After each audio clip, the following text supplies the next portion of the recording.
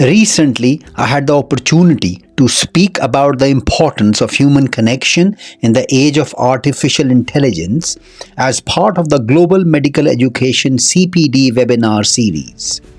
Their YouTube channel is filled with insightful, high quality talks across health and allied health fields, and I highly recommend checking it out and subscribing. I've placed the link in the description below. Here is my talk on why human connection matters now more than ever, even in an AI-driven world. When we say a machine will see, diagnose and treat you now, this isn't just about medicine, it's a metaphor for automation of human relationship. We know that from healthcare to companionship to various other fields of our life, AI is taking on roles that are once purely human. Algorithms can detect depression in our voice now, they can predict disease, and they can provide emotional support.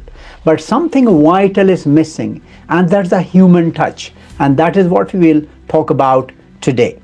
Just a brief summary.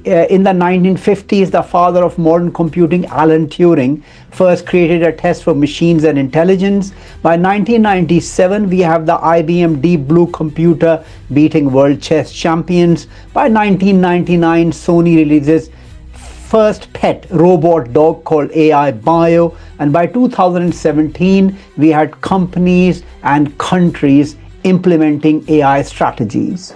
Now humans are familiar with automation. Once we developed cogs and pistons and wheels, we started the process of automation. Automation essentially means that the jobs that were once traditionally done by humans are now being done by machine. But AI is a little bit different. AI talks about machine learning. Machine learning is the science of getting a computer to act through deep learning to predict and analyze, to detect patterns, and to use that pattern detection to make conclusion and draw inferences. Currently, there are three types of AI available. Most of the AI that we use is called the artificial narrow intelligence, or ANI, the weak AI we call it. Then we have the artificial general intelligence and the super intelligence, and we'll talk about these two, the general intelligence and the super intelligence, in a moment.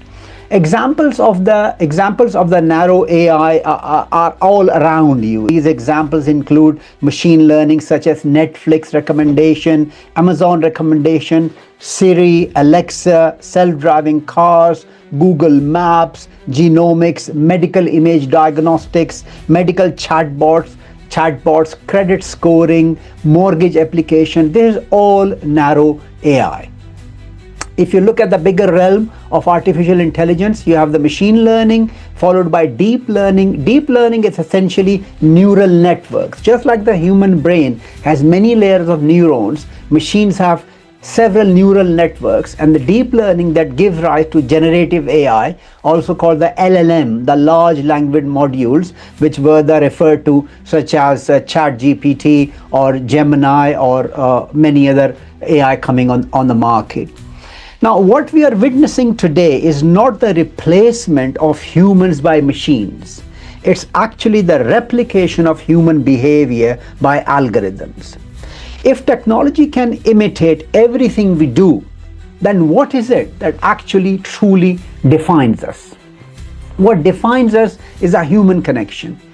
Human connection is an emotional bond that makes us feel understood, valued, and part of something larger than ourselves. What do I mean by part of something larger than ourselves?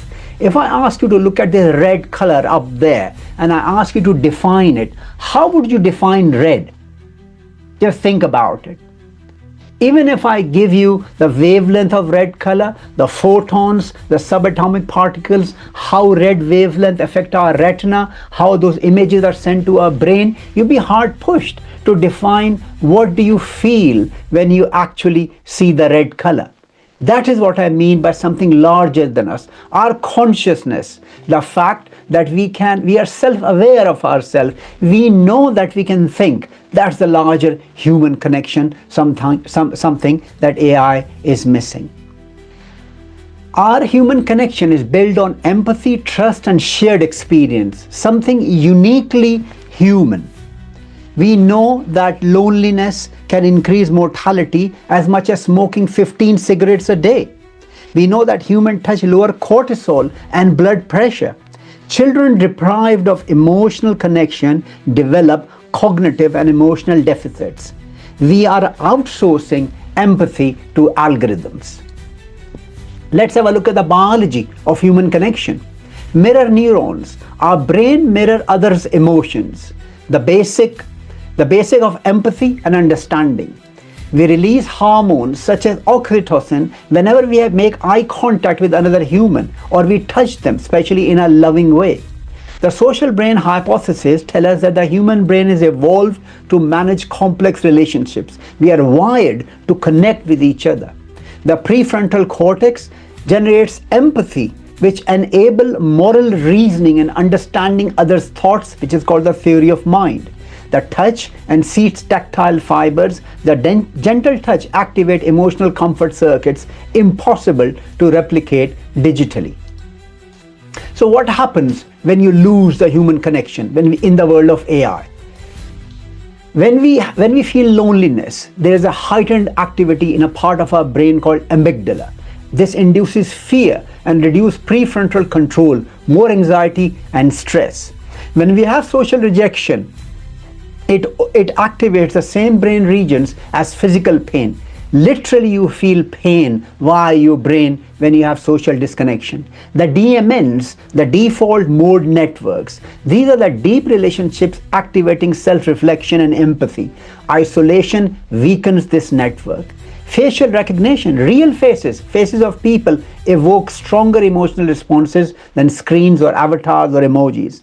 Neuroplasticity, meaningful interaction keep emotional circuits adaptable and resilient. Now remember, ladies and gentlemen, human beings didn't conquer the world because we were the strongest or the fastest. We prevailed because we learned to cooperate. From early hunter-gatherers coordinating a chase, to farmers sharing tools, to scientists building on each other's discoveries. Human connection isn't just a social nicety. It's the engine for our survival. And that's why the human connection is so important in the world of AI. Science and compassion, something very interesting, however, has happened in the last 500 years. Science and compassion have replaced survival of the fittest with survival through cooperation.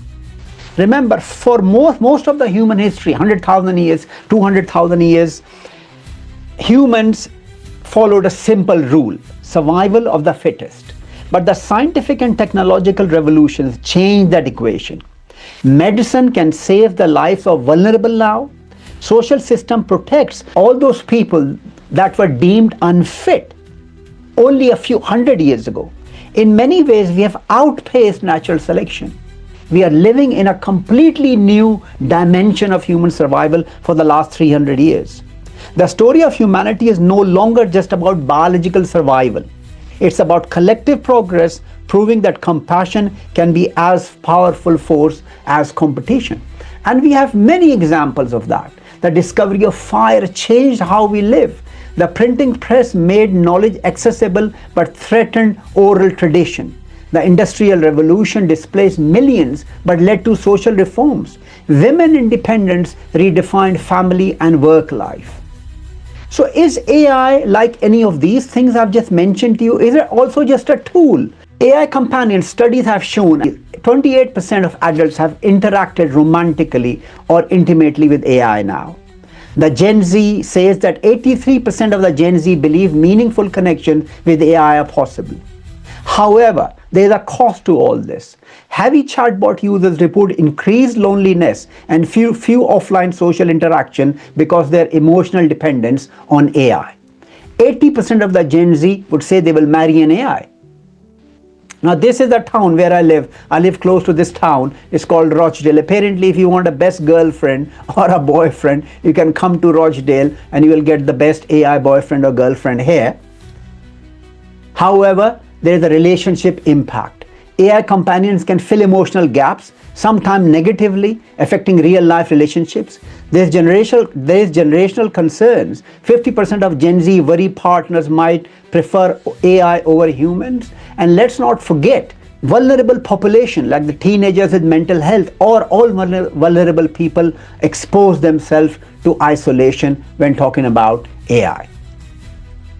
So where is AI replacing? What is the role of, how is AI replacing doctors in all this?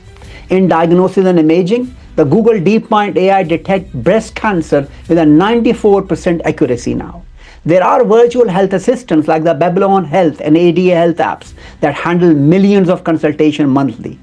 Predictive monitoring, such as the Mayo Clinic AI predicts heart failures up to 3 months before symptoms start. There's robotic surgery heavily guided by AI tools.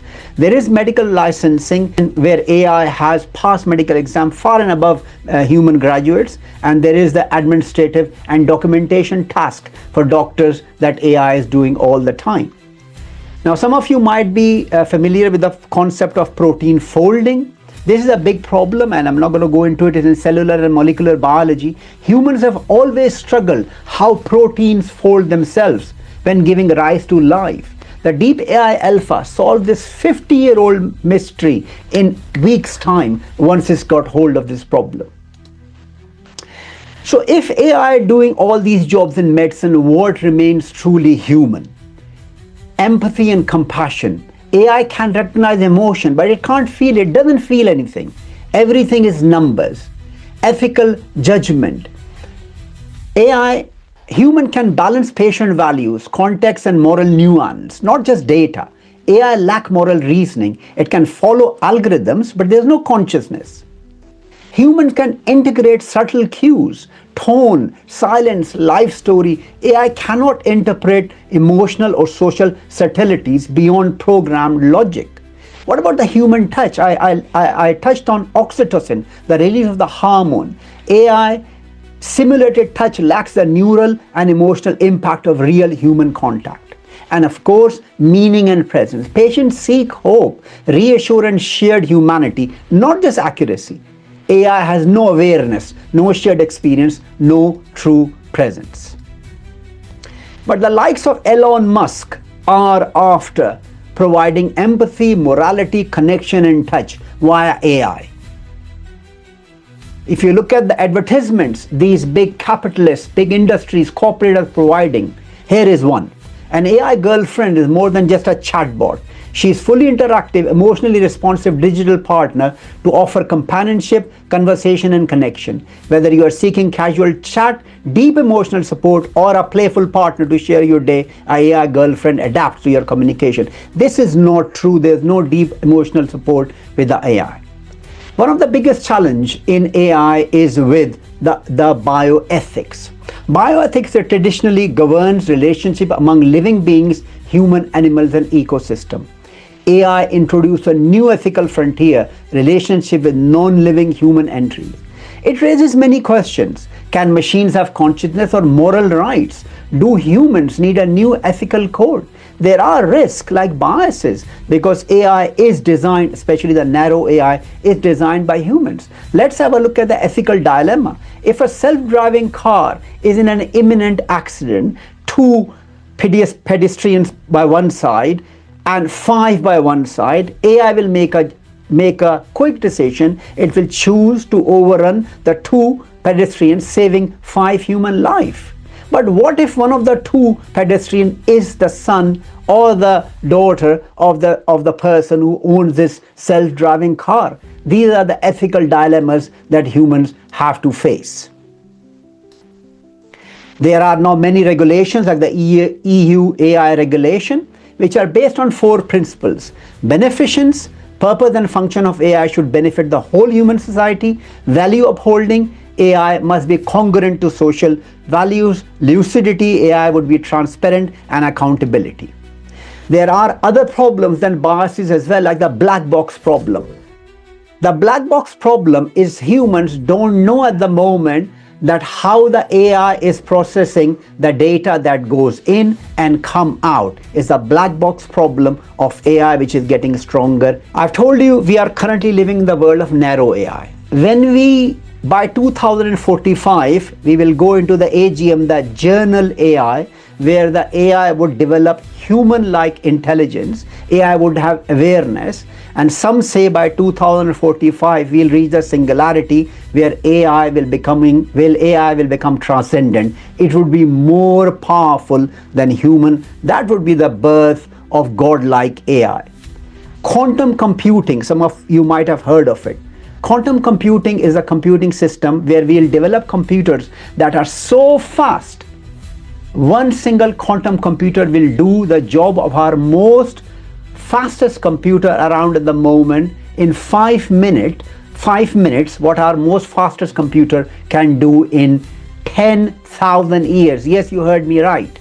In 10,000 years, in 5 minutes. Quantum computing with AI, and we'll be looking at a God-like AI. Remember, ladies and gentlemen, the question is no longer whether machines can think.